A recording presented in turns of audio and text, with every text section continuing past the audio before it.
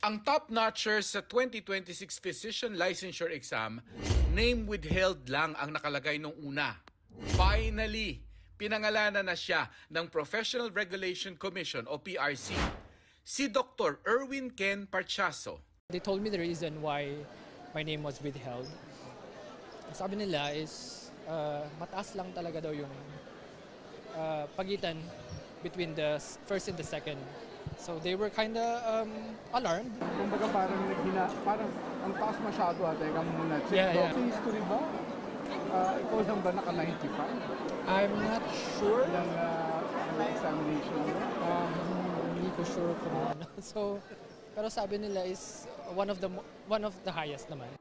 Nag-oath-taking si Erwin kasama ang mahigit 1,000 iba pang bagong mga doktor. Pero bago ang tagumpay ni Erwin, dumaan muna siya sa lowest point sa pagduda sa sarili at pagsuko. Sa kanyang unang try daw sa licensure exam, sumabay ang balitang magiging tatay na siya habang hindi pa siya handa. During the exam, medyo ang focus ko wala na sa exam. Ang focus ko nasa girlfriend ko na she was pregnant. And then, ayun, hindi namin planado. And then, so yun, I failed. Pero sa kanyang talumpati, sinabi ni Erwin na hindi niya ipagpapalit ang nabuo niyang pamilya sa pagbubuntis ng asawa kapalit ng mailap na lisensya. Sa pangalawang subok, nag-back out siya sa kawalan naman ng kumpiyansa sa sarili. Parang sa mindset ko as time goes by, parang nakakalimutan ko na yung mga inaaral ko. And then, ayun, so minsan, kausap ko na lang si wife na mag-exam pa ba ako? Ito, ganyan. Beginning to doubt yourself. Yeah. Confidence mo wala na? Parang wala na. Parang pababa na. Sa pangatlong subok siya, naniwalang kaya niya.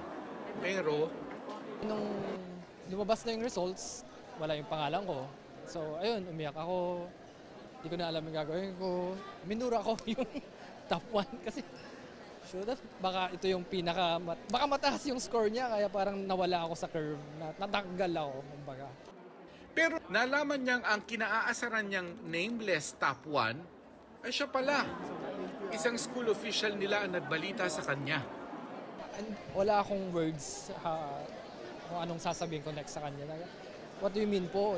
He told me na ganito ganyan, pumasa ka. There was this top 1 na name withheld siya and that's you, sabi niya sa akin. And I was shocked, happy, confused. Roller coaster talaga. Sa kanyang talumpati rin, sabi ni Erwin, isang dekada ang naging laban at may mga gabing umiiyak siya ng patago. Nahihiya sa iba at sa sarili bilang talunan. Pero sa lahat ng panahon, hindi raw siya iniwan ng asawa na isa ring doktor. He worked hard for it. We saw it. We saw all those sleepless nights. He always shows up. So, he deserves all the recognition he gets. Wala pang paliwanag ang PRC kung bakit kinailangan nilang i-withhold ang pangalan ni Erwin. Pero sabi ng Philippine Medical Association, mataas nga kasi talaga ang score ni Erwin at hindi naman first time nag-withhold ng resulta ang PRC.